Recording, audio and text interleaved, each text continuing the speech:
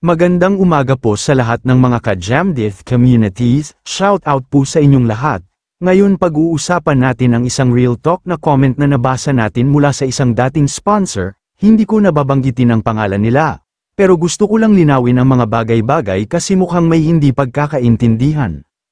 May sinabi sila na, nagtitipid naman daw sila, pero si Medeth panay kain sa labas, so ano nga ba ang dapat natin matutunan dito?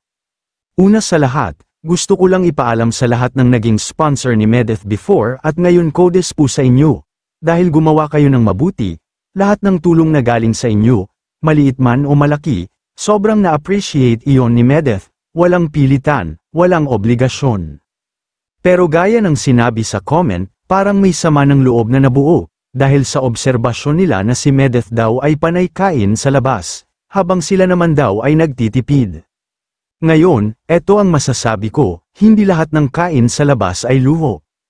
Minsan, kailangan lang talaga natin ng break, minsan, galing trabaho, walang time magluto, minsan, treat lang talaga sa sarili natin, at hindi ibig sabihin na tumatanggap ng tulong ay wala ng karapatang mag-enjoy paminsan-minsan. Lahat tayo may kanya-kanyang paraan ng pag-handle ng stress, at kung may pagkakataon na makalabas at makakain kahit simpleng pagkain sa labas, sana huwag naman natin agad i-judge iyon. Ang tunay na tulong, hindi dapat pinagsusumbat, kasi pag sinumbat mo, ibig sabihin niyan hindi mo talaga gustong tumulong, napipilitan ka lang, ang tulong na galing sa bukal sa loob o sa puso, ay hindi na kailangang balikan para ipamukha sa tinulungan mo.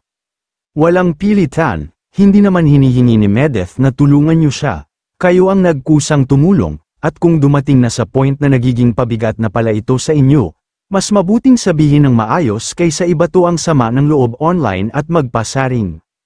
Kasi ang ending, nagkakaroon ng lamat ang samahan, at nawawala yung respeto at tiwala.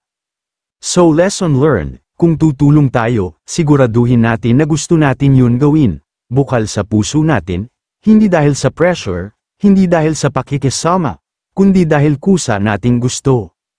At sa mga tumatanggap ng tulong, tandaan din natin na maging responsable sa paggamit ng biyaya, hindi porket may tumutulong ay magwawaldas tayo, pero hindi rin ibig sabihin na hindi na tayo pwedeng mag-enjoy kahit minsan. Sa huli, respeto pa rin ang pinakaimportante. Salamat sa pakikinig, at kung may gusto kayong idagdag o ibahagi, comment lang kayo sa baba. Don't forget to like and subscribe at tandaan, totoong tulong ay hindi sinusumbat. Maraming salamat po sa inyong lahat.